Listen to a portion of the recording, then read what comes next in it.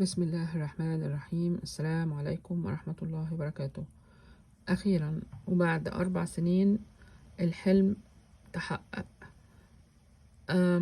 أنا طبعا كنت موجودة في الشقة اللي كنا فيها، كانت في منطقة ممتازة جدا، ولكن العربيات كانت بتتسرق وأنا كمان كنت يعني مخنوقة لأنها ما كانتش على الشارع.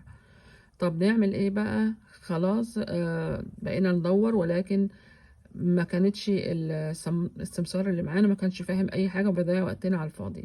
واخيرا جالنا في البوسطه اسم وبيانات وصوره سمساره مصريه ما شاء الله عليها، كانت ذكيه جدا في الولايه اللي احنا كنا هنروحها. خدتنا في خلال مرتين بس، كنا نقينا اللي احنا عايزينه.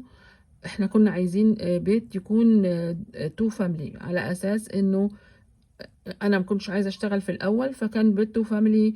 يعني نأجر دور وان احنا نقعد في الدور التاني. بقالنا ما شاء الله 33 سنه في نفس المكان، و بعد فتره معينه احنا خلصنا القسط بتاع البيت بدري جدا، وابني هو اللي قاعد في الشقه التانية مش اي حد.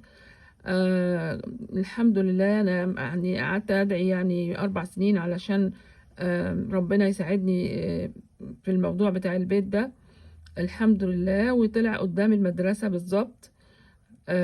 فلازم الإنسان ما ييأسش من الدعاء، وإن شاء الله في الآخر ربنا يديله أحسن من اللي طلبه.